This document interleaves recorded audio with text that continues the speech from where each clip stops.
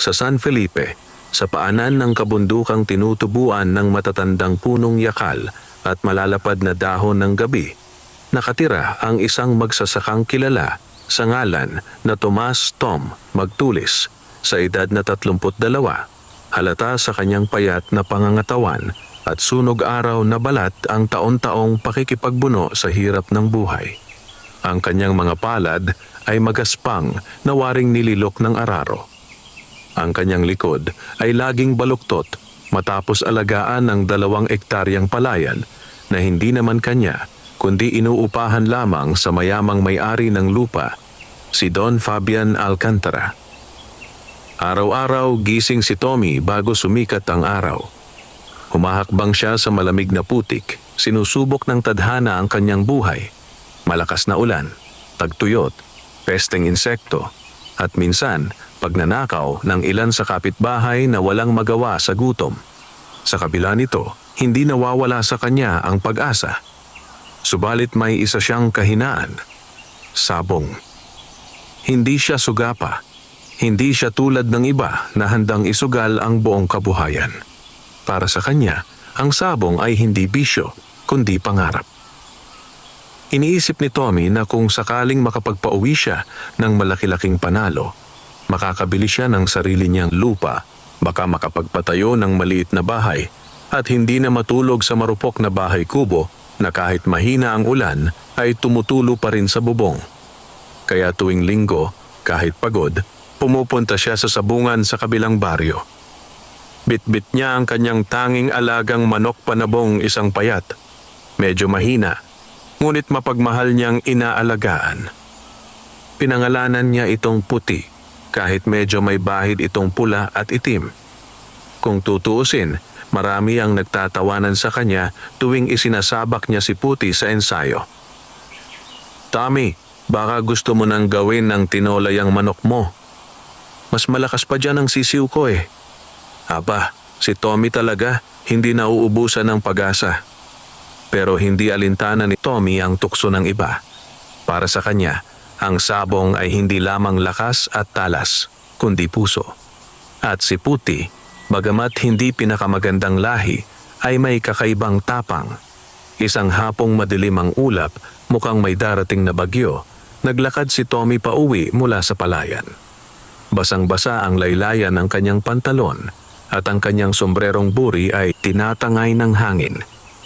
Habang tinatahak ang makitid na daan sa tabi ng gubat, nakarinig siya ng mahinang tilaok. Hindi pangkaraniwan, hindi tunog ng karaniwang manok. Tiktilaok! Tiktilaok!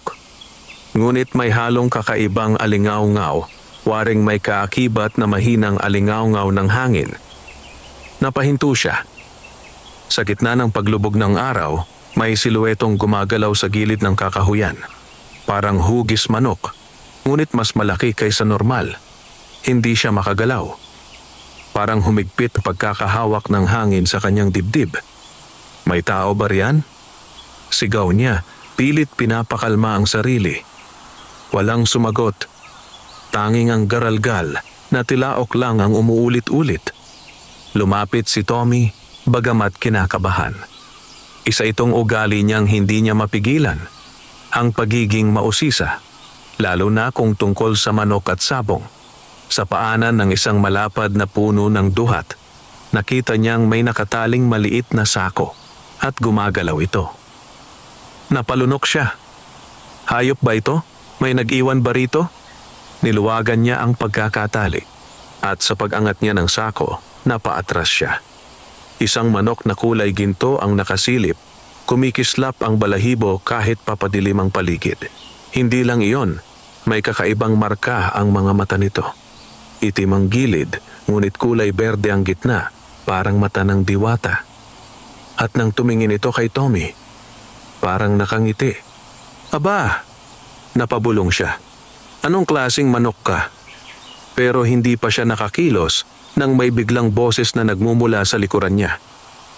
Huwag mong pakakawalan yan, Tommy Magtulis. Nanindig ang balahibo niya, dahan-dahan siyang lumingon. Sa likod ng punong duhat, naroon ang isang matandang lalaking nakaitim, nakatungkod, at may mahabang balbas na kulay abo. Ang mata nito ay tila kumikislap sa kaput-lapot-lang dilim. Nakasombrero ng kupas na salakot at may daladalang lumang bayong. Sino kayo?" tanong ni Tommy. May takot ngunit hindi makatakbo. Ngunit ngumiti lamang ang matanda. Hindi nakakatakot ng ngiti, kundi parang maunawain. Isang matandang naglalakbay at naghahanap ng karapat-dapat. Tumaas ang kilay ni Tommy. Karapat-dapat? Para saan? Itinuro ng matanda ang manok na ginto para sa kanya. Naguluhan si Tommy. "Akin na ba yan? Sino nag-iwan nito? Hindi po ba ito pag-aari ng iba?" Lumapit ang matanda at tumingin sa ginto't makinang na manok. "Ito ay hindi pag-aari ng kahit sino sa mundong ito," sabi nito. Mababa ang boses.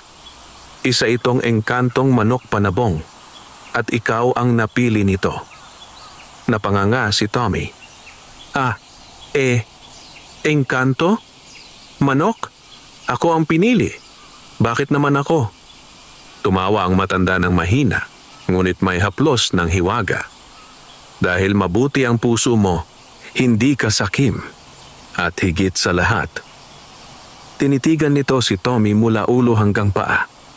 "Hindi ka sumusuko kahit lugmok na lugmok ang buhay mo." Napayuko si Tommy. Hindi siya sanay papurihan. Ngunit nagtanong pa rin siya. "At ano naman ang gagawin ko sa manok na ito?" Sagot ng matanda. "Kung hahayaan mo siyang maging kasama mo, hindi ka na muling mabibigo." Ngunit may kapalit. Napalunok si Tommy. Ano pong kapalit?" Nakangiting sumagot ang matanda. "Isang sakripisyo. Isang pangakong hindi mo dapat babaliin. Isang responsibilidad na kasing bigat ng kapangyarihang ibibigay sa iyo ng manok na ito."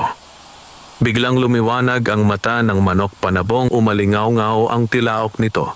Hindi tulad ng pangkaraniwang tunog, kundi tila may musika, may awit ng kagubatan. "Tangapin mo siya," sabi ng matanda, "at sisimulan mo ang paglalakbay na hindi mo maiisip na posible." Nanginginig ang kamay ni Tommy habang nilalapit niya ang palad sa manok. Ang balahibo ng engkantong manok ay mainit, halos parang apoy pero hindi masakit.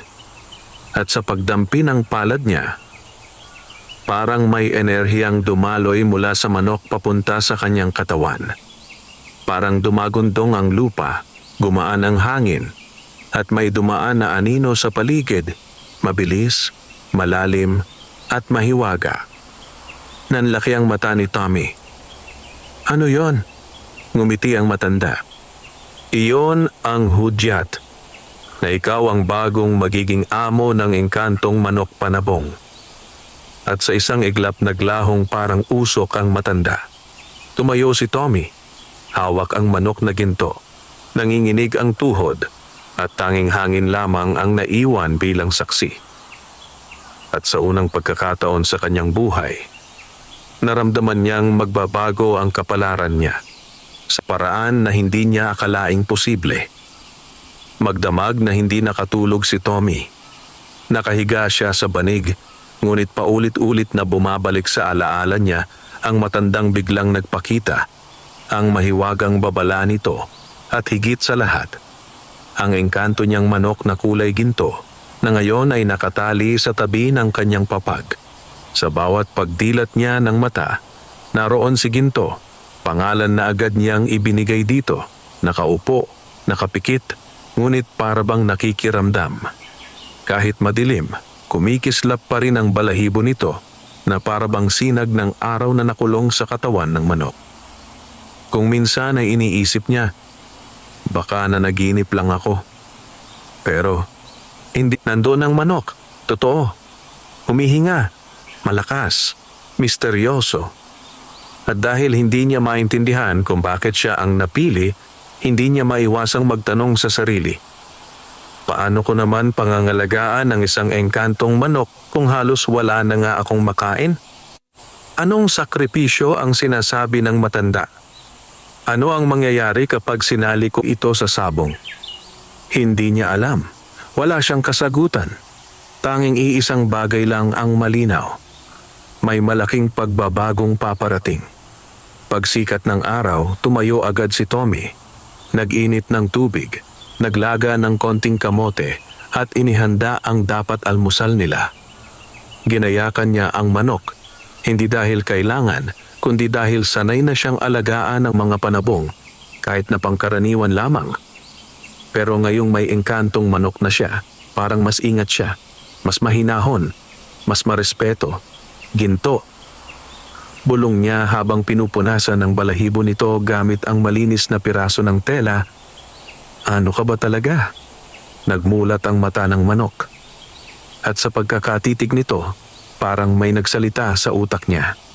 Isang tinig na hindi galing sa bibig, hindi tunog ng tao, ngunit malinaw. Hindi ako ordinaryo. Napatigil siya, napabitaw ng tela. Aha? Nagsalita ka ba? Tumilaok si Ginto, ngunit hindi normal ang tunog.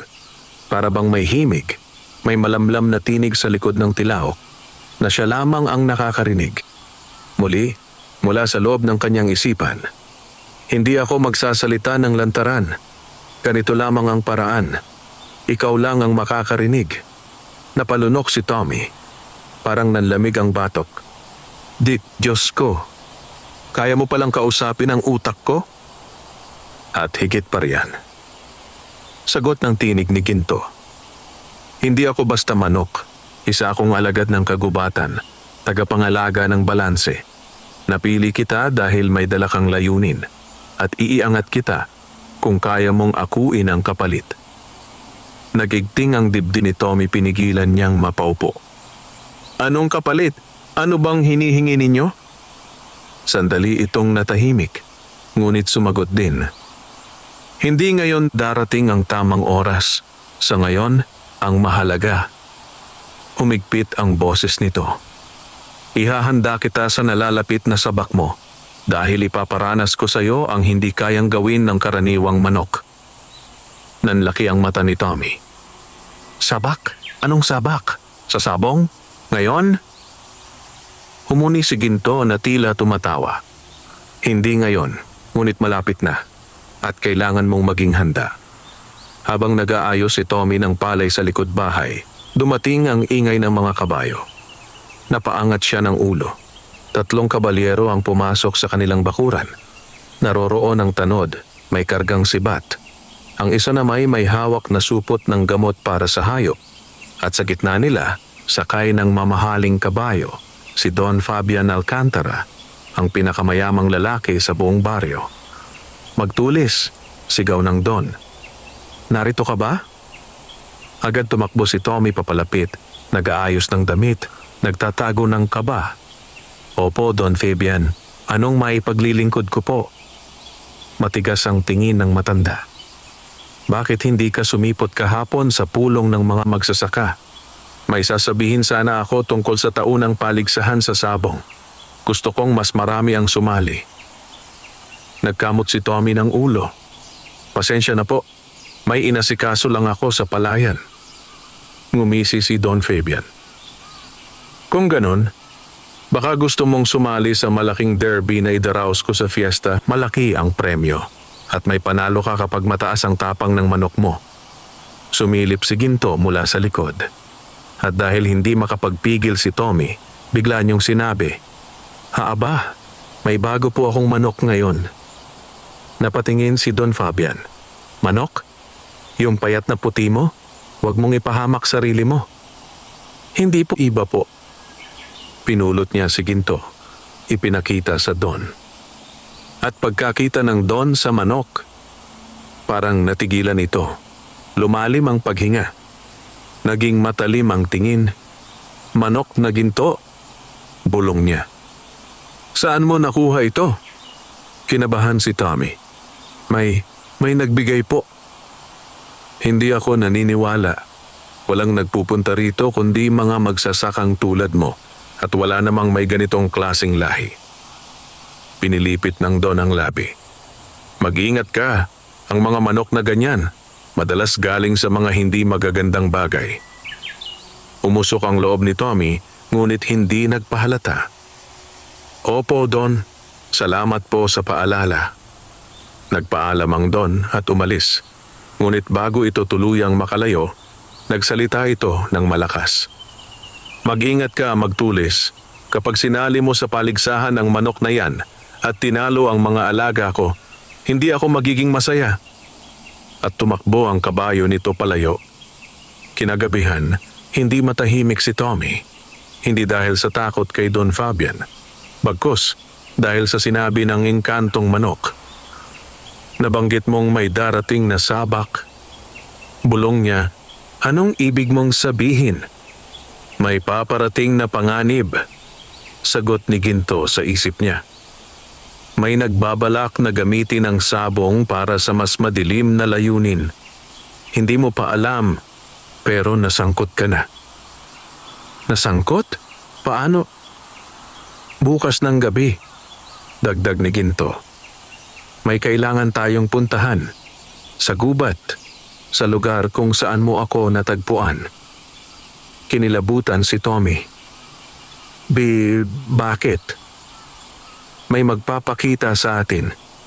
Ang isa sa mga nagbabantay ng engkantadong lahi ko, kailangan mo marinig ang babala nila. Tumahimik si Tommy, ganon din ang gabi. Ngunit ang tibok ng kanyang puso ay parang tambol. Malakas, mabilis, at may halong kaba. Sa kalaliman ng gabi, habang tahimik na natutulog ang buong baryo, nakaupo si Tommy sa tapat ng pintuan ng kanilang kubo, hawak-hawak ang manok na ginto.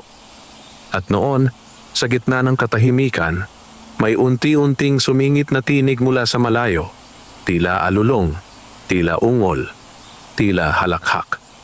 Matalim, mahaba, nakakakilabot. Ano yon? Hindi kumurap si Ginto. Ang unang hudyat, sabi nito, na may nilalang ng gumising sa kagubatan. Napasinghap si Tommy. Nilalang? Anong klaseng nilalang? Tumilaok si Ginto, mababa at matalim. Hindi pa natin siya haharapin, hindi pa ngayon. Pero tiyak kong darating ang panahon na ikaw mismo ang susubok ng tapang mo. Nagpapawis ang noo ni Tommy. Anong klaseng sabong ba talaga ang pinapasok ko? At sa pagbaybay ng malamig na hangin sa paligid, may aninong dumaan sa gilid ng kubo, mabilis, mahaba at lumilipad. Ang unang palatandaan na ang engkantong mundo ay hindi na nananatili sa gubat. Papalapit na ito, unti-unti, tahimik, mapanganib. At si Tommy, nalalapit na sa kapalarang hindi na niya mababawi. Madilim ang buong kagubatan sa gabing iyon. Ang hamog ay parang usok na gumagapang sa lupa at ang mga punong nakapalibot sa daan ay kumakaluskos na parang may buhay. Sa bawat hakbang ni Tommy, naririnig niya ang tibok ng kanyang puso. Malakas, mabilis, at parang ayaw magpahuli. Bitbit niya sa dibdib ang engkantong manok na si Ginto, na tahimik lamang ngunit ramdam niya ang kakaibang init na nagmumula sa katawan nito, tila may sariling enerhiya. Ginto, bulong ni Tommy habang patuloy ang paglalakad sa madilim na pathway ng gubat. Sigurado ka bang kailangan talaga natin na pumunta rito? Sumagot ang tinig ni Ginto sa loob ng kanyang isipan. Oo, ito ang unang hakbang para maintindihan mo kung bakit ikaw ang pinili. Napalunok si Tommy. Pero bakit sa gitna pa ng gabi? Hindi ba delikado rito? Humuni si Ginto, parang may bahid ng katawa-tawa. Sa araw, hindi sila nagpapakita. Sa gabi lamang sila lumilitaw. Sino? Ano? Ang mga tagapagbantay. At bago pa makapagtanong si Tommy, bigla siyang napatigil. Sa pagitan ng dalawang malalaking puno ng yakal, may nagliliwanag na tila bilog na anino, parang hugis alitaptap ngunit mas malaki, mas puro ang liwanag at may bughaw na aura. Tumaas ang balahibo ni Tommy. Ginto, ano yan? Huwag kang matakot, lumapit ka. lumapit? Parang multo. Hindi sila multo. Sila ang mga espiritu ng kalikasan. Mga nilalang na matagal nang nagbabantay sa tribo ng mga engkantong hayop. Isa sila sa mga dahilan kung bakit ako napunta sa mundo ng tao. Dahan-dahang lumapit si Tommy, humihinga ng malalim. Pagdating niya sa harap ng liwanag, unti-unting lumitaw ang anyo ng isang matikas na lalaki. Mistulang nililok mula sa usok at asul na apoy. Mahaba ang buhok nito, may baluting gawa sa liwanag, at may tangan na sibat na yari sa sinag ng buwan. Hindi nagsasalita ang nilalang, ngunit bigla itong nagbigay galang, yumuko kay Ginto. Tumikhim si Tommy. Ginto, ano to? Bakit siya yumuko sa'yo? Sumagot si Ginto. Dahil hindi ako basta engkantong manok. Ako ang huling tagapagmanang apoy ng digma. Isang agimat na nagmumula sa sinaunang dugo ng mga engkantong manok na panlaban sa mga nilalang sa dilim. Napamulagat si Tommy. Apoy ng digma? Biglang nagsalita ang espiritu. Mababa ang boses. Tila nagmumula sa ilalim ng lupa at sa ibabaw ng hangin. Tomas magtulis. Ikaw ang napiling kasangga. Nanigas ang katawan ni Tommy. Ako? Oo. Ikaw ang tanging may pusong hindi binabalutan ng kasakiman. Ikaw lamang sa baryong ito ang may kakayahang ipasan ang tungkuling darating. Napahawak si Tommy sa dibdib. Ano bang tungkulin yan? Ano bang nangyayari sa baryong ito? Nagbigay ng malalim na buntong hininga ang espiritu. May gumising sa kagubatan. Isang nilalang na dapat sanay nananatili sa ilalim ng lupa, nakalubog, nakagapos, natutulog. Ngunit may isang taong nagpakawala sa kanya. Kinilabutan si Tommy. Sino? Si Don Fabian. Nanlaki ang mata ni Tommy. Si Don Fabian? Anong ginawa niya? Sumagot ang espiritu. Naghangad siya ng kapangyarihan. Nag-alay siya ng dugo sa isang sinaunang bato sa malalim na bahagi ng gubat. Dahil sa kagustuhang manalo sa sabong at maghari sa baryo, ginising niya ang hangal na aswang ng putikan, ang nilalang na kumakain ng buhay ng hayop at tao. Bumibilis ang tibok ng puso ni Tommy. Aswang? Bakit naman niya gagawin yon? Dahil tinuruan siya ng isang mambabarang mula sa kabilang bayan. May pangakong lakas at kamalasan sa lahat ng kanyang makakalaban sa sabong. Napatitig si Tommy kay Ginto. Ginto, ibig sabihin, kaya pala bigla siyang nagbanta nang makita ka? Tumilaok si Ginto, mababa at may pagbabanta. Alam niya na hindi ordinaryo ang lahi ko. Alam niyang ikaw ang nagtataglay ng kapangyarihang sisira sa mga plano niya. Nanginginig ang kamay ni Tommy. Ano bang plano ng Don? May kinalaman ba to sa Derby? Sumagot ang espiritu ng kalikasan. Oo, sa araw ng Derby, balak ni Don Fabian na pakawalan ang isang nilalang, isang itim na manok na tinawag mula sa dilim. Hindi manok iyon, kundi espiritu ng aswang na naganyong panabong. Kapag nakalaban iyon, mamamatay ang sinumang makaharap. Napaatras si Tommy sa gulat. Ha? Kaya pala ang lakas ng alaga niya dahil aswang? Humigpit ang tinig ng espiritu. Kung hindi mo haharapin, maraming buhay ang mawawala sa araw ng fiesta. Kailangang tumindig ang bago niyang kapantay. Si Ginto, at ikaw bilang kanyang tagapangalaga. Nanlumo si Tommy. Pero magsasaka lang ako. Mahirap lang ako. Walang lakas. Wala akong alam sa ganitong laban. Napasapo siya ng muka. Ano bang kaya kong gawin laban sa isang Don na may kapangyarihan ng kadiliman? Tumilaok si Ginto at ramdam niya ang lakas at init sa kanyang dibdib. Hindi ka nag-iisa. Lumapit ang espiritu at tinapat ang kamay nito sa dibdib ni Tommy.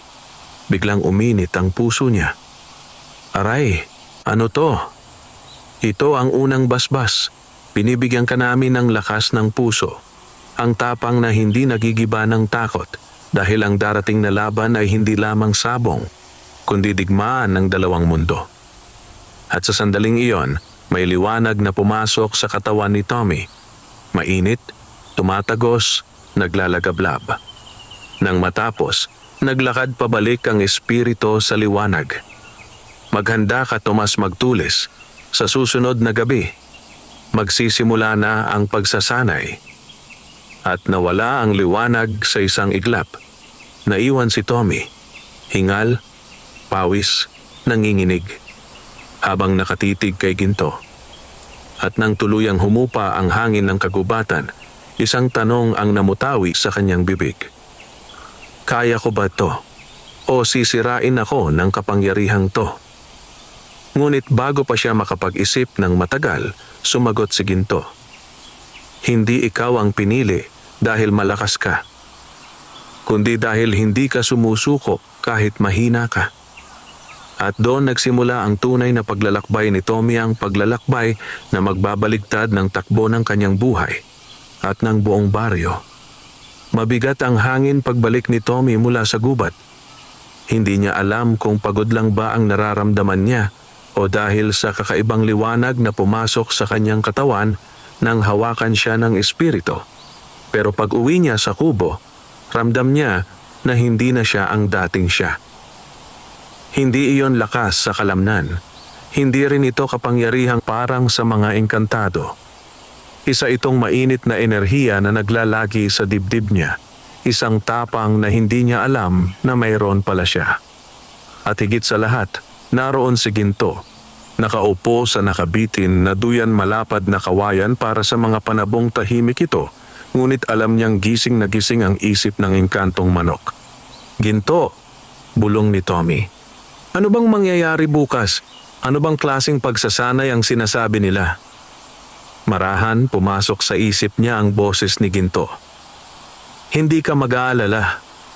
Hindi ka susubok lumaban ng walang paghahanda. Bukas sa kalagitnaan ng gabi, dadalhin kita sa unang yugto ng pagsasanay. Napakamot si Tommy. Ano bang pagsasanay? Labanan? Ritual? O sabong na engkantado? Humuni si Ginto na parang tumatawa. Lahat.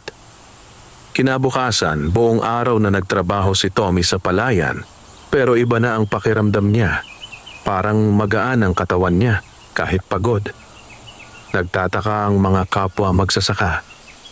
Tommy, ang sipag mo ngayon ha, parang may kinain kang kakaiba.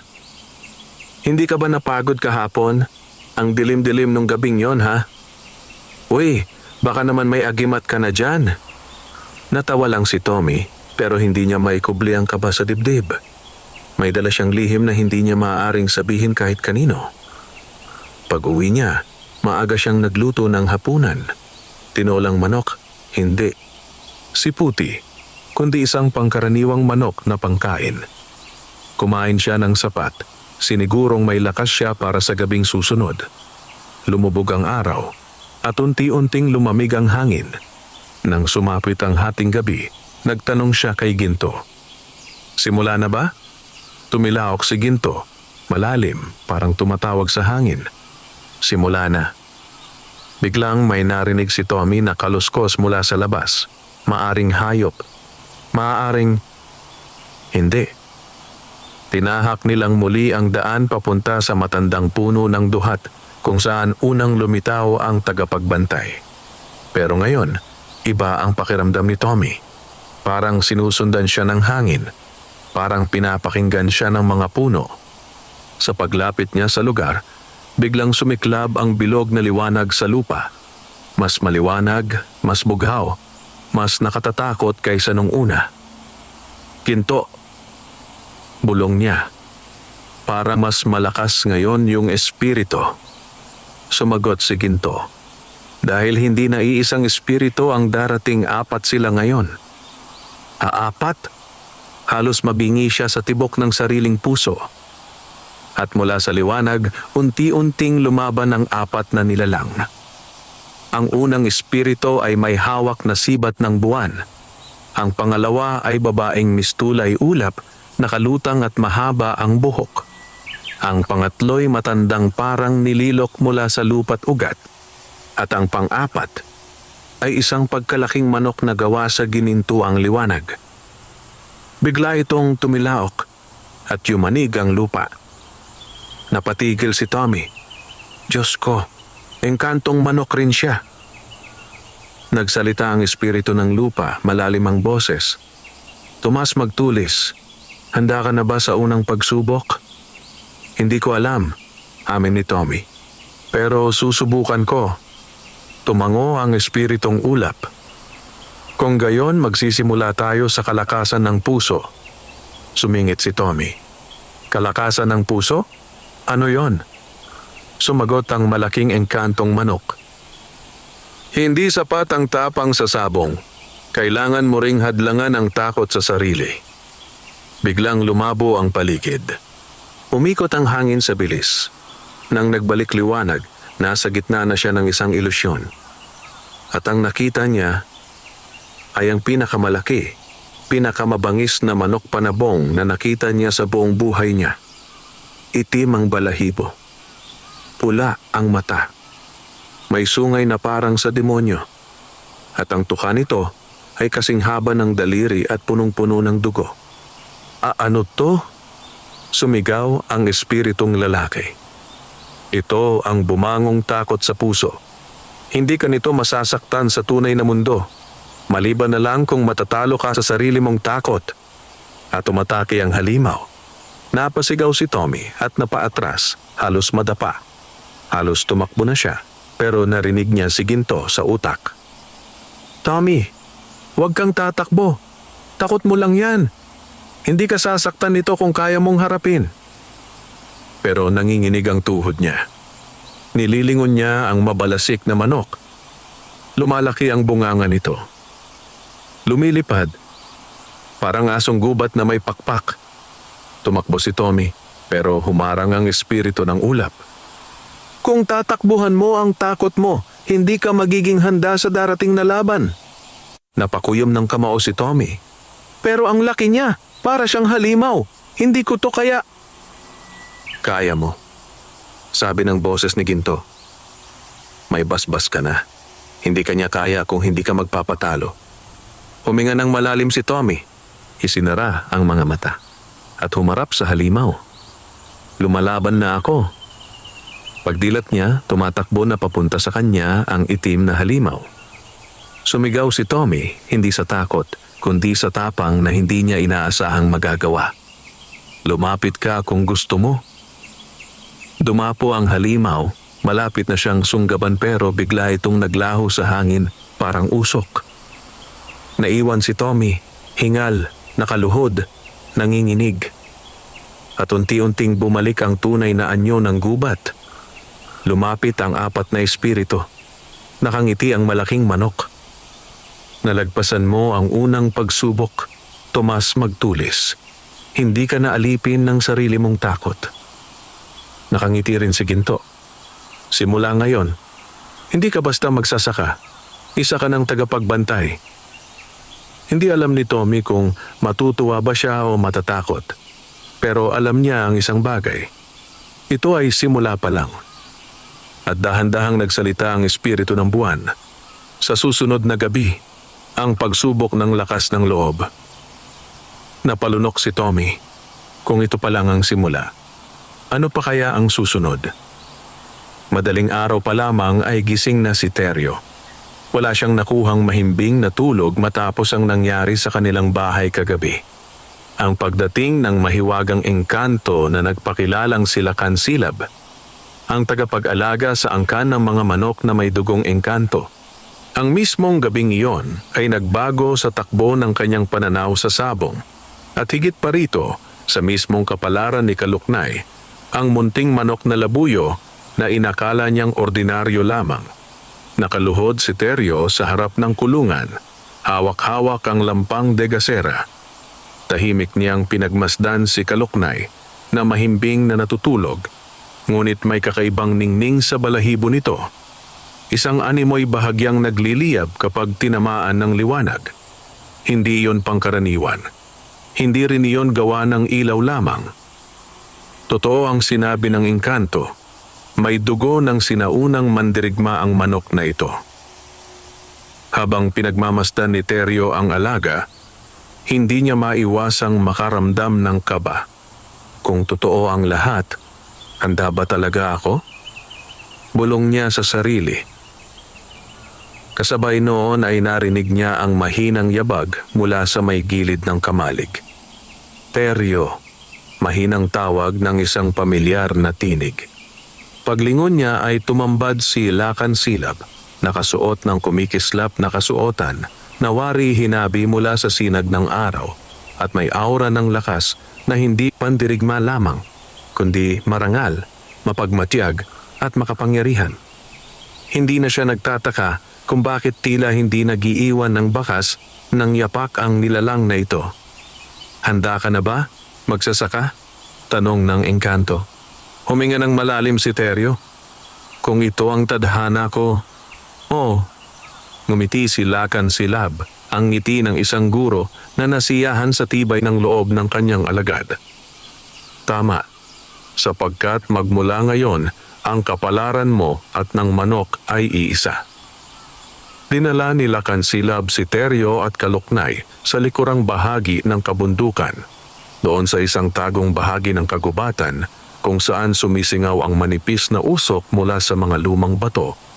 May mga lumot, halamang gumagapang, at mga punong tila lumang-luma na. Para bang isang sinaunang lugar na noon pa man ay saksi na sa mahika. Doon ay huminto sila sa isang guwang ng malaking puno. Ito ang unang pagsubok ni Kaluknay, wika ng engkanto, ang paggawa ng lakas. Bahagyang nagtaas ng kilay si Teryo. Paggawa ng lakas? Tumango si Lakan Silab. Hindi sapat ang lakas na taglay niya ngayon. Ang bawat mandirigmang manok ay kailangang tumatag, pisikal, pandama at pang-espiritu. Isang kumpol ng pulang liwanag ang lumitaw sa kamay ng engkanto, na tila naglalagablab ngunit hindi nasusunog. Inilapit niya ito kay Kaluknay. Nagising ang manok, pumiglas, ngunit maya-maya ay tila natahimik, parang kilala niya ang enerhiya. Humakbang si Lakan Silab at inilagay ang pulang liwanag sa lupa. Bigla itong naging bilog na marka, tila isang lumang sigil. Ipasok mo siya rito. Nag-aatubili man, sinunod ni Teryo ang utos. Pagkapasok ni Kaluknay sa loob ng markang pula, bigla itong lumiwanag at nagkaroon ng panginginig sa lupa. At doon nagsimula ang unang pagsubok. Mula sa lupa ay sumingaw ang maliliit na nilalang. Mukhang mga aninong ibon, mabilis, matutulis ang galaw. Hindi sila totoo, ngunit kayang manakit. Isa-isa silang sumugod kay Kaluknay. Napatras si Teryo, nag-aalala. Lakan Silab, baka masaktan si Kaluknay. Hindi mo dapat siya tulungan. Lakas ang sinusubok ngayon, hindi awa. At doon nakita ni Teryo kung paano unang lumaban ang kanyang manok na tila isang tunay na mandirigma. Siya ay maliit ngunit mabilis, matalim ang tuka at matikas ang kilos. Kahit sumasakit ang mga tama mula sa mga aninong ibon, hindi ito tumigil. Sa dulo, may huling malaking anino, ay isang dambuhalang ibong paniki na tila may pakpak na bakal. Isang malakas na sigaw ang binitiwan ni Kaluknay.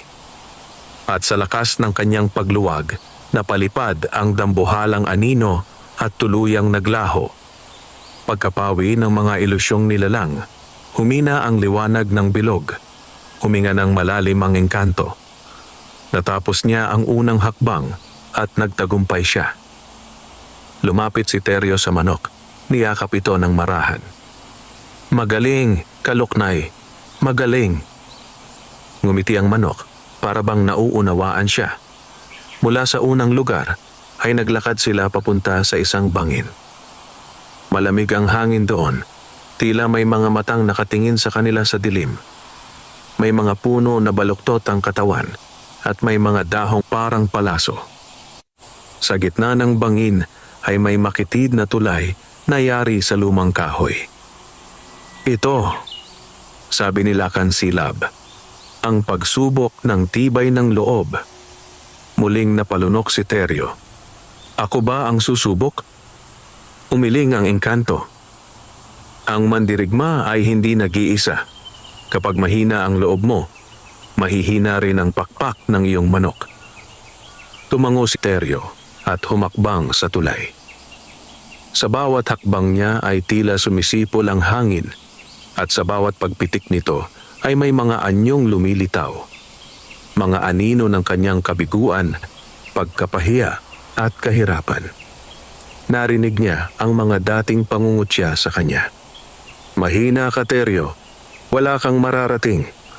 Lugmok ka na sa kahirapan. Bakit ka pa nagsasabong? Nanginginig ang kanyang tuhod. Para siyang bumabalik sa lahat ng sakit na dinanas niya bilang isang mahirap na magsasaka. Ang mga panahong kalahating tasa lang ang laman ng kanilang supot ng bigas. Ang mga gabing walang ulam. Ang sandaling narinig niyang pinagtatawanan siya ng mga kasamahan sa sabungan. Napahinto siya. Muntik na siyang bumagsak mula sa tulay. Teryo! Lumitaw sa harap niya si Lakan Silab, ngunit hindi ito nakahawak. Tila imahe lamang na gabay. Ang tibay ng loob ay hindi ang pagwawalang bahala sa kirot, kundi ang kakayahang magpatuloy kahit masakit. Huminga si Teryo ng malalim. Itinaas niya ang kanyang ulo. Hindi na ako titigil. Hindi ko hahayaang lamunin ako ng nakaraan. Sa muling paglakad niya, ang mga anino ay naglaho, parang usok na tinangay ng hangin. Pagdating niya sa dulo, nakangiti si Lakan Silab. Tagumpay ka, magsasaka. Nang makabalik sila sa bahay ay pagod na pagod si Teryo at Kaloknay. Kumuha si Teryo ng malinis na tubig, pinainom ang manok at saka siya naupo sa gilid ng hagdan. Lumapit si Lakan Silab at marahang nagsalita. Malapit ang araw ng paligsahan at sa araw na iyon, hindi lamang lakas at tapang ang haharap sa iyo. Napakunot ang noo ni Teryo. Ano po ang ibig mong sabihin? Umihip ang malamig na hangin. Bumigat ang katahimikan. May mga mata sa dilim na nagmamatyag sa iyo. At may sabungerong hindi tao ang naglalaway na maagaw ang lakas ng iyong manok. Napahinto si Teryo. Hindi tao? Tumingin si Lakan Silab sa malayo. Sa kawalan, parang may nakikita roon na hindi kayang makita ng ordinaryong mata. Sa kabanata ng iyong kapalaran, sabi niya. May mga kaaway na hindi mo pa nakikilala. At sa sandaling iyon, muling nagliyab ang mga mata ng engkanto. Maghanda ka, Teryo, sapagkat ang dilim ay papalapit na. Lumipas ang 2 araw mula nang sumailalim si Teryo at Kaloknay sa unang mga pagsubok ni Lakan Silab, ngunit hindi naging tahimik ang mga sumunod na oras. Sa bawat gabi, nararamdaman ni Teryo na may humihimig na malamig na hangin sa paligid ng kanilang maliit na kubo. Hindi karaniwang simoy, kundi isang uri ng presensyang nagtatago sa anino. Habang nagpapahinga si Teryo sa papag at pinagmamasdan si Kaloknay na mahinahong natutulog, bigla siyang kinilabutan. May narinig siyang mahinang tik, tik, tik sa labas ng bahay. Parang naririnig lang niya yon kapag may sumusubaybay sa kanyang hindi tao. Napatingin si Teryo sa pintuan. May tao ba riyan? Tanong niya, nanginginig ang boses. Walang sumagot. Ngunit ang tunog, lumapit. Tik, tik, tik. Tumayo siya, dahan-dahang lumapit sa bintana at tumingin sa labas. Sa dilim ng gabi at liwanag ng buwan, nakita niya ang anino ng isang taong nakayuko. Payat, mahahaba ang daliri at tila may baluktot na likod na parang hindi karaniwang tao. Bago niya pa masipat ng malinaw ang nilalang, biglang sumindi ang apoy sa gilid ng bakuran. Isang apoy na kulay bughaw. At mula rito, lumitaw si Lakan Silab. Naningkit ang mga mata ng engkanto habang nakatingin sa aninong nagtatago sa likod na kawayan. Inangat niya ang kanyang kamay, nagliyab ito ng gintong liwanag. Lumantad ka, nilalang ng lupa. Pagkasabi niya nito, tila hinila ng isang puwersa ang anino mula sa pinagtataguan nito. Lumutang ito papalapit sa liwanag hanggang sa tuluyan itong lumantad. Isang lamang lupa. Maputla, payat, mahahaba ang mga kuko at nanlilisik ang mga mata. Parang pinaghirapang hubugin mula sa mismong lupa, ngunit binuhayan ng masamang espiritu. Napalunok si Teryo. Lakan silab, bakit may lamang lupa sa paligid ng bahay ko? Tumitig ang engkanto sa nilalang. Sapagkat may naguutos sa kanila, at ang utos ay sundan ka at bantayan ng manok. Nilapitan niya ang lamang lupa at marahang itinaas ang kamay. Sino ang nagpadala sa iyo? Ang nilalang ay suminghap, parang may kinakatakutang espiritu. Ang maharlikang sabongero, ang may-ari ng pulang sibat. Nanlamig si Teryo. Ang pangalang iyon ay matagal nang kinatatakutan sa mga sabungan sa buong probinsya. Don Arcadio Santelmo, mayamang sabongero, ipinanganak sa pamilyang kilala sa maruming laro. At higit sa lahat, bantog sa pagkakaroon ng kakaibang mga alaga. Ayon sa kwento, ang manok ni Don Arcadio ay hindi basta panabong. Ito raw ay ginamitan ng ritual, pinakain ng dugo, at binigyan ng kakaibang sigla ng mga engkanto ng dilim. Wala pang natalo ang manok niyang pulang sibat. Sa bawat laban, lagi raw may nawawalang hayop o batang nakita sa paligid ng kanilang hasyenda. Doon napakuyom ang kamao ni Teryo.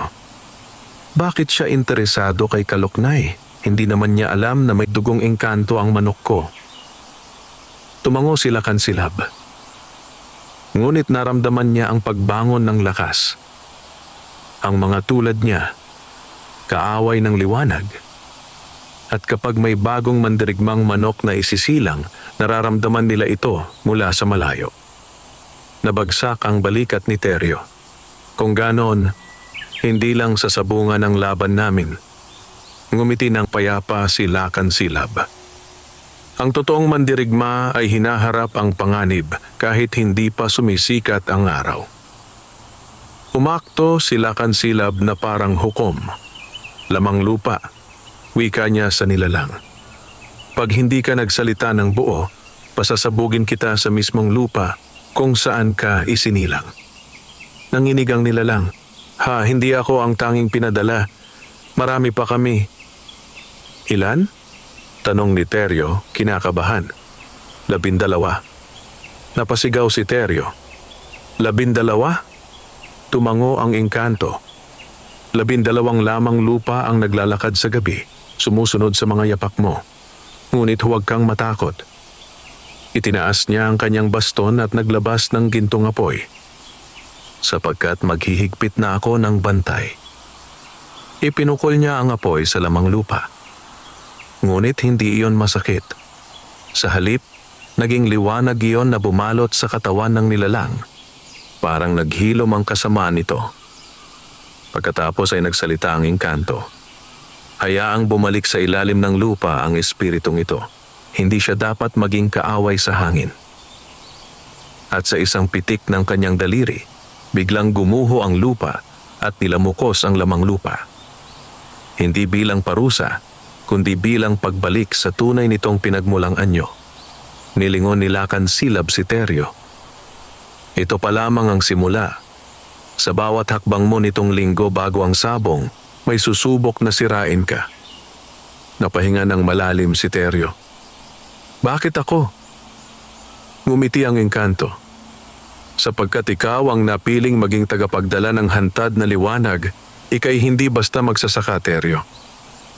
Tagapag-ingat ka ng piniling manok na may dugong engkanto. Nanlaki ang mata ni Teryo. Anong dugong engkanto? Tumingin sila kansilab kay Kaloknay na nooy nakasilip sa kanila na parang nakikinig rin sa usapan. Si Kaloknay, Paliwanag ng engkanto. Ang huling supling ng lahing kinulimbat. Mga manok na ginawang bantay sa templo ng liwanag noong unang panahon. Huminto siya sandali. At ikaw, ang kanyang napiling kasama. Tahimik si Teryo. Hindi niya alam kung natatakot siya o nababahala o nagagalak. Ngunit isang bagay ang malinaw. Hindi na ito basta sabong. Ito ay isang sagradong tungkulin. Bago mawala si Lacansilab, iniabot niya kay Teryo ang isang munting pouch na kulay ginto.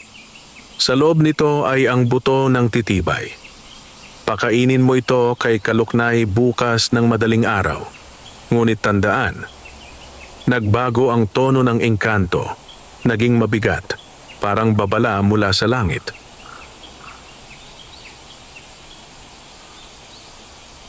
Asawa.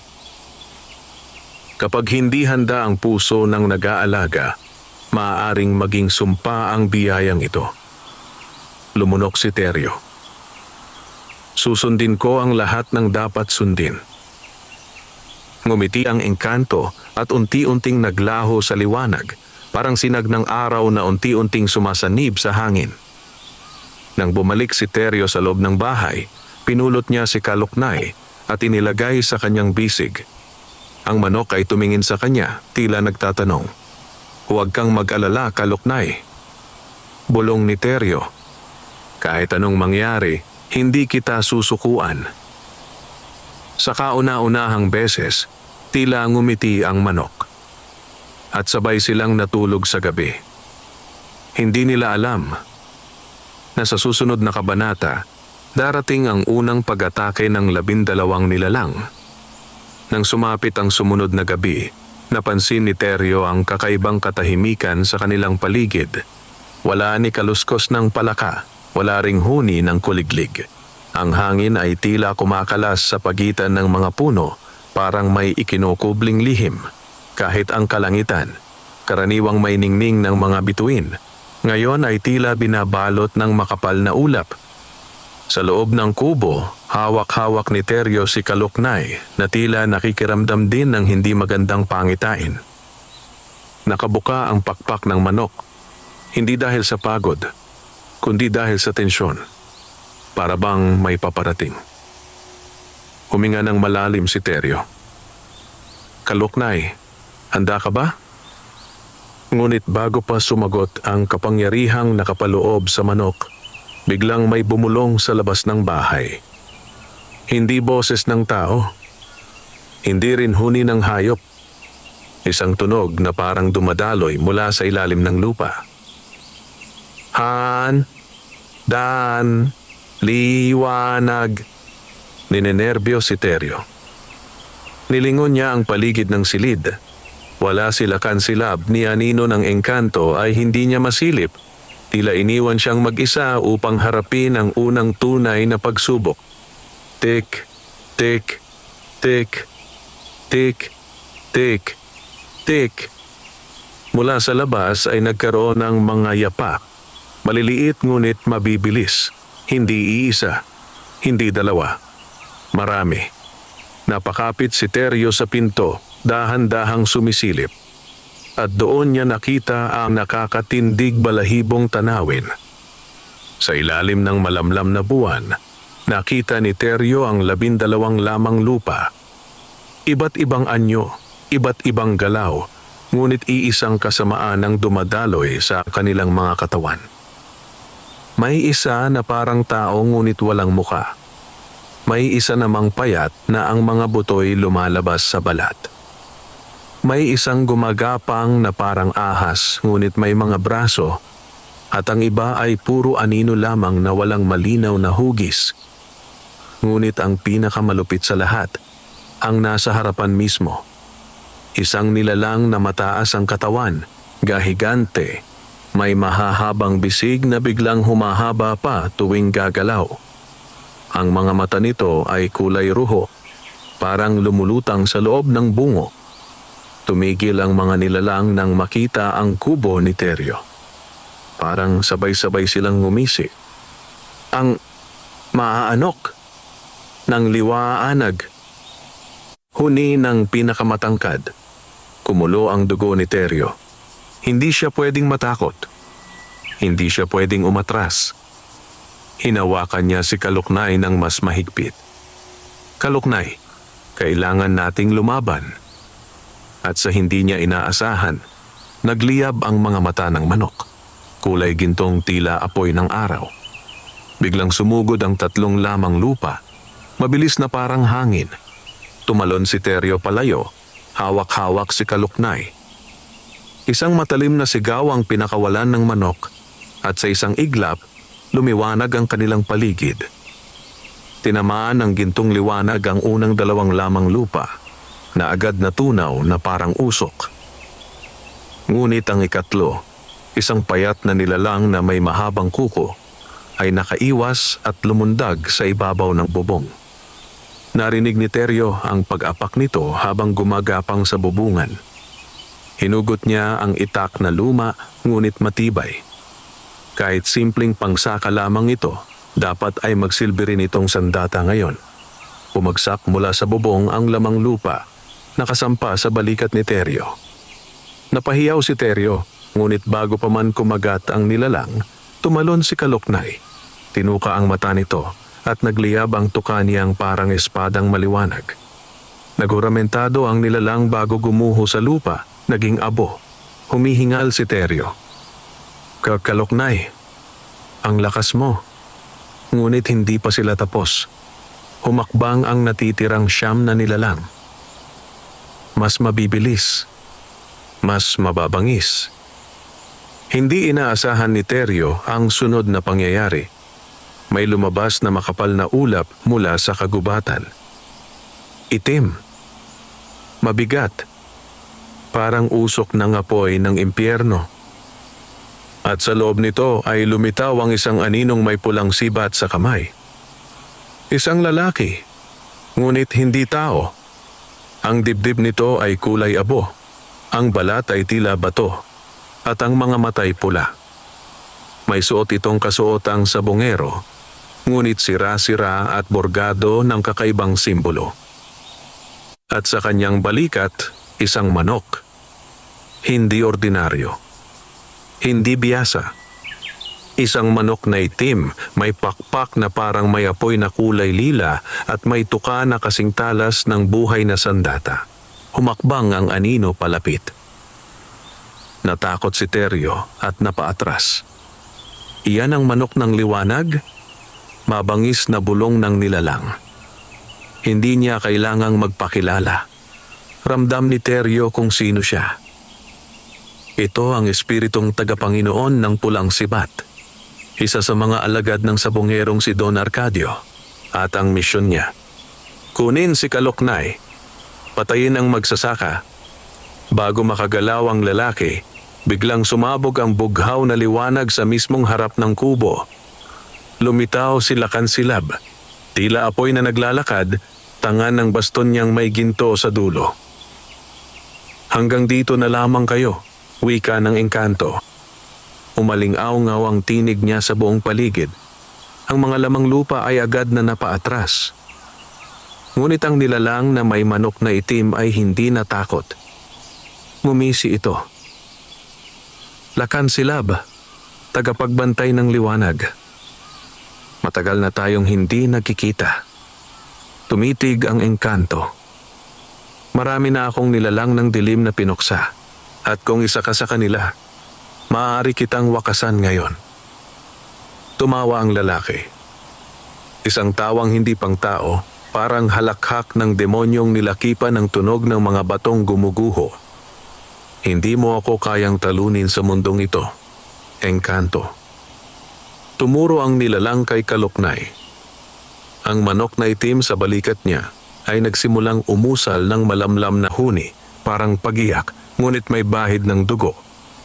Ibibigay mo ang manok na yan. Ngayon din, kumapit si Teryo sa manok niya. Hindi siya umatras. Hindi ko ibibigay si Kaluknay kahit kanino. At sa unang pagkakataon, nagsalita ang engkanto ng may bigat. Ang isang hakbang na mali, magsasaka, at mawawala ang lahat. Ngunit marahan lamang na ngumiti si Teryo. Hindi ako susuko. Hindi ko ipapahamak si Kaluknay. Tumunog ang lupa.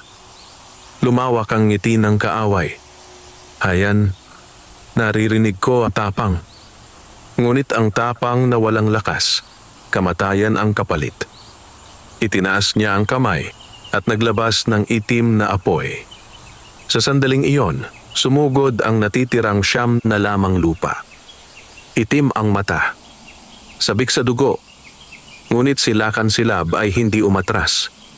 Ipinukol niya ang baston sa lupa. Isang malakas na pagsabog ng bughaw na liwanag ang gumuhit sa paligid at ang buong gubat ay naliwanagan. Hindi ng araw, kundi ng liwanag na engkanto. Lumipad ang mga lamang lupa, nagsigawan at natunaw ang 5 sa kanila. Ngunit ang 4 ay nakaiwas at mas lalo pang lumakas, parang sumisipsip ng lakas mula sa dilim.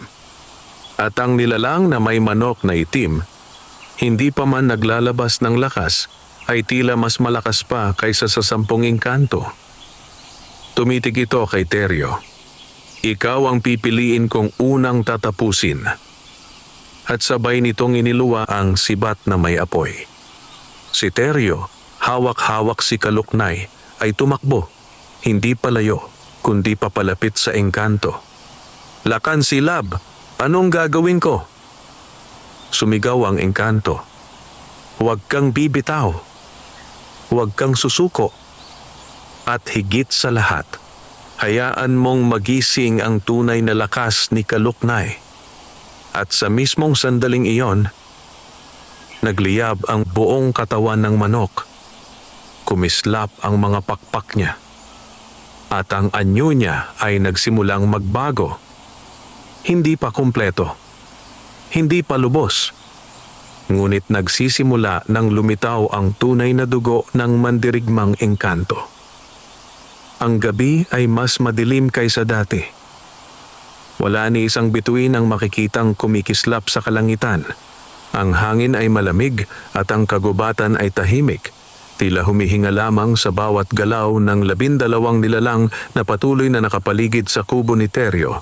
Si Teryo, hawak ang manok na si Kaluknay, ay hindi na lamang natakot. Ang takot ay napalitan ng determinasyon. Alam niyang ang bawat segundo ay mahalaga. Ang bawat galaw niya ay maaaring magdala ng buhay o kamatayan para sa kanya at para sa manok. Tumulo ang malamig na pawis sa noo ni Teryo. Kaluknay, ngayon, ipakita mo ang tunay mong lakas. At bigla, kumislap ang mga mata ng manok.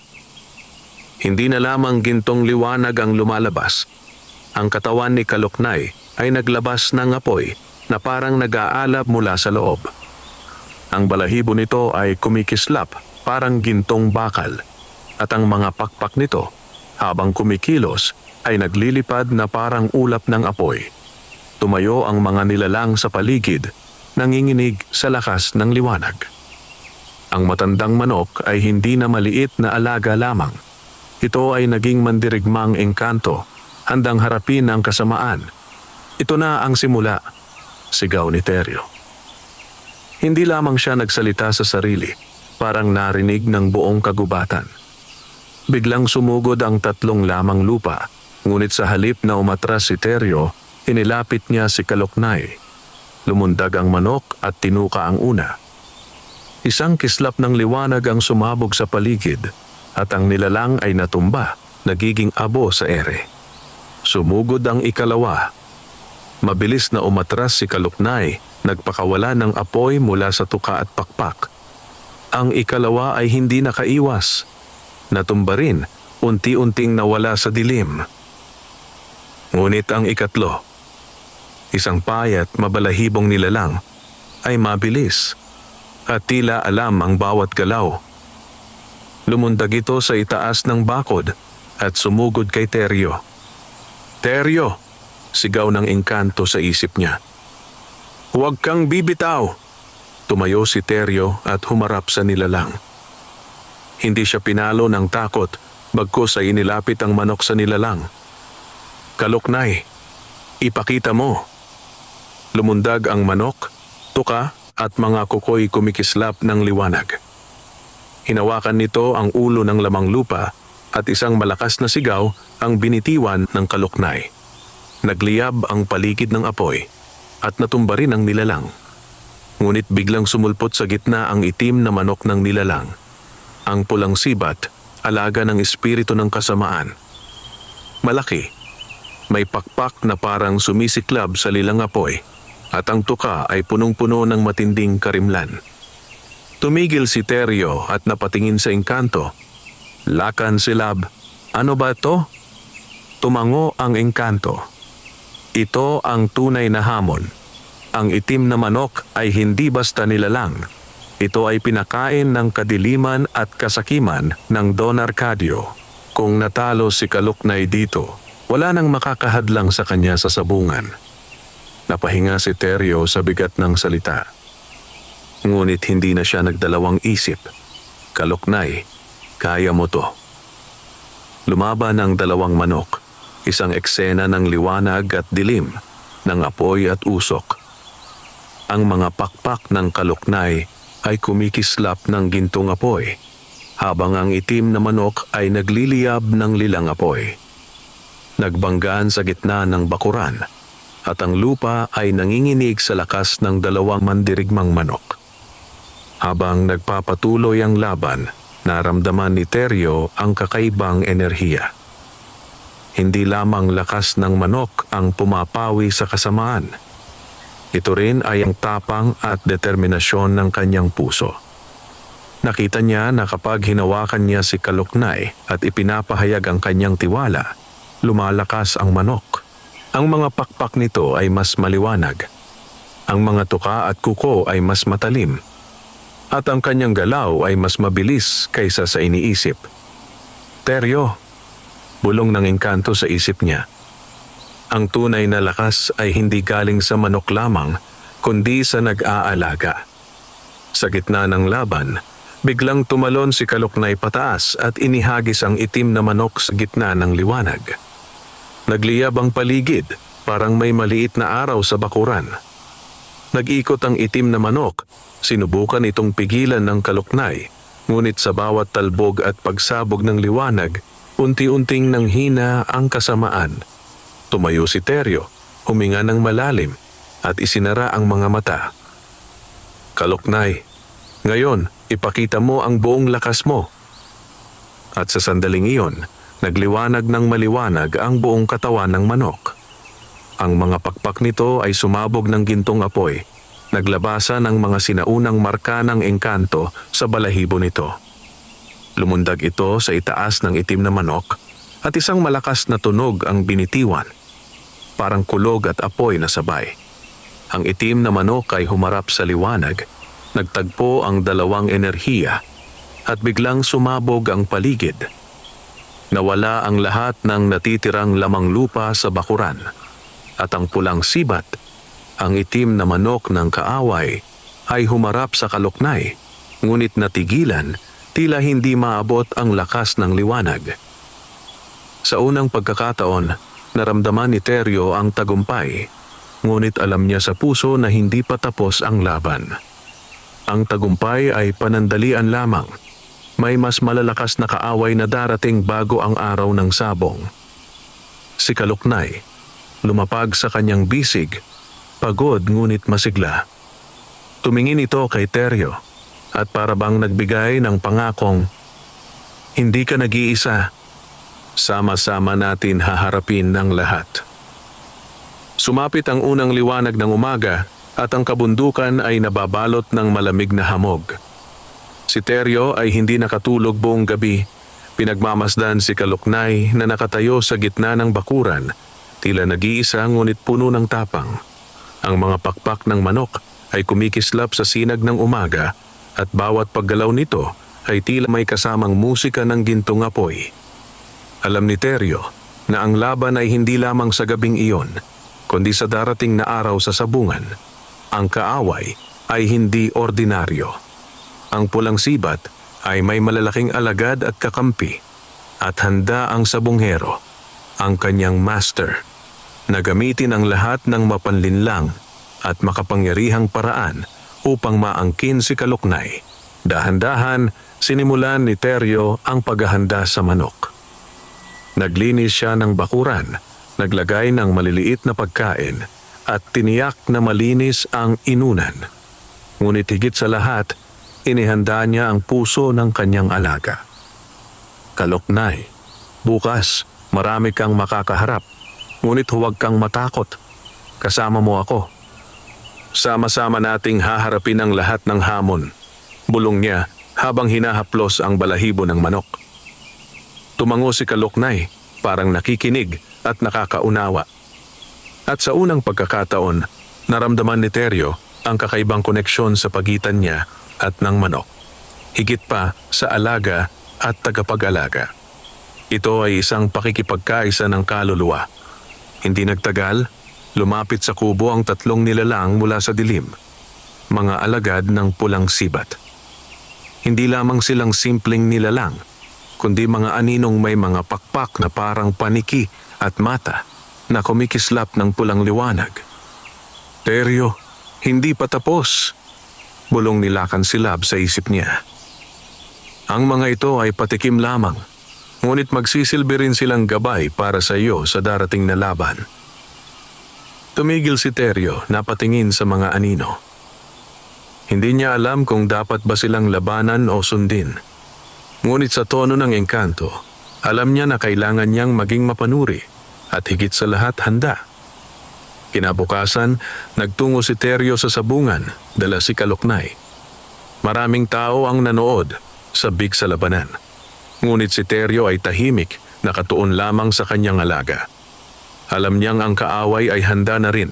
Si Don Arcadio Santelmo, nakaupo sa kanyang trono, hawak ang itim na manok. Habang pinapunta sa gitna ng arena, naramdaman ni Teryo ang kakaibang tensyon. Ang mga pakpak ng manok ay kumikislap sa araw at ang pulang sibat ay tumitindig, parang may kasamang apoy na pumapalibot dito. Sa paligid, ang ilan sa mga alagad ni Don Arcadio ay naglalabas ng maliit na ritual, pagpapatibay sa manok, paglalabas ng anino at pagsasanib ng mga espiritu ng dilim. Tumango si Teryo kay Kaluknay. Huwag kang matakot. Ipakita ang iyong lakas. Sama-sama tayo. Sinimulan ang laban. Sumugod ang mga manok at ang tunog ng kanilang mga tuka at pakpak ay umaling-aungaw sa buong sabungan. Hindi ito ordinaryong laban. Ito ay isang labanan ng liwanag at dilim.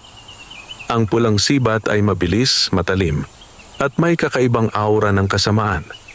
Ngunit si Kaluknay ay may lakas ng engkanto at higit sa lahat, tiwala sa kanyang tagapag-alaga. Bawat hampas, bawat talbog, bawat pagtalon ay puno ng enerhiya. Ang mga tao sa paligid ay napapahinto sa paghanga at pagkabigla. Hindi nila alam na ang nakikita nila ay hindi lamang manok na sabong. Ito ay mandirigmang engkanto na ipinapakita ang kanyang tunay na lakas. Habang nagpapatuloy ang laban, naramdaman ni Teryo ang kakaibang puwersa. Isang matinding enerhiya ang sumusulpot mula sa mga anino sa paligid. Mabilis siyang napatingin kay Lacansilab na nakatayo sa gilid ng arena. Hawak ang baston, ngunit tahimik lamang. Ngayon, Teryo, kailangan mo na ang huling hakbang. Bulong ng engkanto. Huwag kang susuko at ipakita ang tapang ng tagapangalaga. Tumango si Teryo. Alam niya na ang huling hakbang ay hindi lamang laban sa manok ng kaaway, kundi laban sa kanyang sariling takot at alinlangan. At sa isang hininga, inilapit niya ang kanyang kamay sa balikat ni Kaluknay. Ngayon, ipakita mo ang tunay mong lakas. Ang 2 manok ay nagbanggaan muli, ngunit sa pagkakataong ito, may kakaibang liwanag mula sa katawan ni Kaluknay. Ang pulang sibat ay sumiklab, ngunit parang natatabunan ng apoy ng manok ng liwanag. Sa bawat hampas at pagsabog ng enerhiya, unti-unting natatanggal ang mga alagad ng kaaway mula sa paligid. Tumayo si Teryo, nakatingin sa arena. Alam niyang sa sandaling ito, nagbabago ang takbo ng laban. Hindi lamang ito sabong, Ito ay labanan ng katapangan, tiwala at liwanag laban sa kadiliman. Ang araw ay sumisilip sa silong ng kabundukan, ngunit sa sabungan ay tila ang liwanag nito ay naiipit ng makapal na ulap ng tensyon. Ang lahat ng tao, mula sa pinakamaliit na tagahanga ng sabong hanggang sa mga mayayamang sabongero, ay nakatingin sa gitna ng arena kung saan nakaharap ang dalawang manok, ang makapangyarihang Kaluknay at ang itim na manok na tagapaghatid ng pulang sibat. Si Teryo ay nakatayo sa gilid, pawis ang noo at hawak ang baston ng engkanto. Alam niya na ang bawat kilos niya ay mahalaga, hindi lamang para sa kanyang alaga, kundi para sa kinabukasan ng sabong sa baryo at sa kanyang sarili bilang tagapag-alaga. Tumibok ang puso ni Teryo ng masigla. Kaluknay. Ito na. Ipakita ang lakas na pinaghirapan natin. Lumundag ang manok, pakpak na kumikislap ng gintong apoy at sumugod sa itim na manok. Nagbanggaan sila sa gitna ng arena. Ang liwanag at dilim ay naghalo sa isa't isa at ang lupa ay nanginginig sa lakas ng kanilang hampas. Ang mga alagad ni Don Arcadio ay natigilan at ang mismong sabonghero ay napakunot ang noo. Paano? Bulong niya sa sarili. Ang pulang sibat ay hindi sanay na ang kalaban ay may liwanag na tulad nito. Habang nagpapatuloy ang laban, naramdaman ni Teryo ang kakaibang enerhiya. Hindi lamang ang lakas ng manok ang pumapalakas sa kanya. Ito rin ay ang kanyang tapang, ang determinasyon, at ang tiwala na ibinuhos niya sa alaga. Sa bawat hampas at pagtalo ng kaaway, mas lalo pang lumalakas ang katawan ni Kaluknay. Tumayo si Teryo at itinuro ang kanyang kamay sa manok ng kaaway. Kaluknay, ngayon, huwag kang magdalawang isip. At sa pagkakataong iyon, nagliwanag ng mas maliwanag ang buong katawan ni Kaluknay. Ang mga pakpak ay parang naglilipad na apoy, at ang tuka at mga kuko ay kumikislap na parang gintong espada. Ang pulang sibat ay humarap, subalit ang kanyang itim na apoy ay unti-unting naitatabunan ng liwanag. Sa isang malakas na hampas, inihagis ni Kaluknay ang itim na manok pataas. Nagliyab ang buong arena sa liwanag at sa isang malakas na pagsabog, humarap ang kaaway sa lupa na talo. Ang mga alagad ni Don Arcadio ay napahinto at humarap sa kanilang master, ngunit wala na silang magagawa. Ang pulang sibat ay naglaho sa liwanag, parang hindi kailanman naroroon. Ang kadiliman ay napalitan ng liwanag. Tumayo si Teryo, huminga ng malalim at niyakap ang manok. Nagawa natin, Kaluknay, nagawa natin. Biglang lumitaw sa gilid ng arena si Lakan Silab. Naglakad papalapit kay Teryo. Napakaganda ng ipinakita ninyo, sabi niya. May ngiti. Hindi lamang lakas ni Kaluknay ang nagdala ng tagumpay, kundi pati ang tibay ng loob mo, Teryo. Natutunan mo ang tunay na kahulugan ng pagiging tagapag-alaga at mandirigma. Tumango si Teryo, napaluha sa dami ng emosyon. Salamat, Lakan Silab. Salamat sa lahat ng pagtuturo. Ngumiti ang engkanto. Ngunit tandaan, ang bawat tagumpay ay may kasamang responsibilidad. Ang liwanag na ito ay hindi lamang para sa paligsahan, kundi para sa lahat ng mahal mo. Pagkatapos ng laban, bumalik si Teryo sa baryo, kasama si Kaluknay. Ang mga tao ay nagpalakpakan, humanga at humanga sa mandirigmang manok na nagdala ng liwanag sa kanilang komunidad. Ang mga batang natatakot noon sa sabong ay ngayon ay nagkaroon ng inspirasyon. Si Teryo naman, isang simpleng magsasaka, ay kinilala bilang isang tagapag-alaga ng mandirigmang manok, may pusong matatag at determinadong ipagtanggol ang kabutihan. Sa gabi, habang nakatabi si Kaluknay sa kanyang balikat, napaisip si Teryo. Hindi ito tungkol sa panalo lamang, bulong niya. Ito ay tungkol sa tapang, sa tiwala at sa pagbibigay puso sa lahat ng ginagawa mo. Sa lahat ng laban, kahit gaano kahirap, hindi ka nag-iisa. Tumango si Kaloknay, parang nauunawaan. At sa ilalim ng mga bituin, para bang nagliwanag pa ang manok ng mas maliwanag na nagbigay ng pangako. Sa bawat hamon na darating, hindi sila susuko. Magkasama sila sa lahat ng laban. Si Teryo at Kaloknay ay nanatili sa baryo. Hindi na lamang simpleng sabungero si Teryo, ngunit isang tagapag-alaga ng liwanag, kasama ang mandirigmang manok na may dugong engkanto. Ang pulang sibat ay natalo at ang kadiliman ay napawi, ngunit ang alaala ng laban ay mananatili sa bawat tao sa baryo. At higit sa lahat, natutunan nila na ang tunay na lakas ay hindi lamang sa manok, kundi sa pusong nagmamahal at handang ipagtanggol ang kabutihan. Wakas,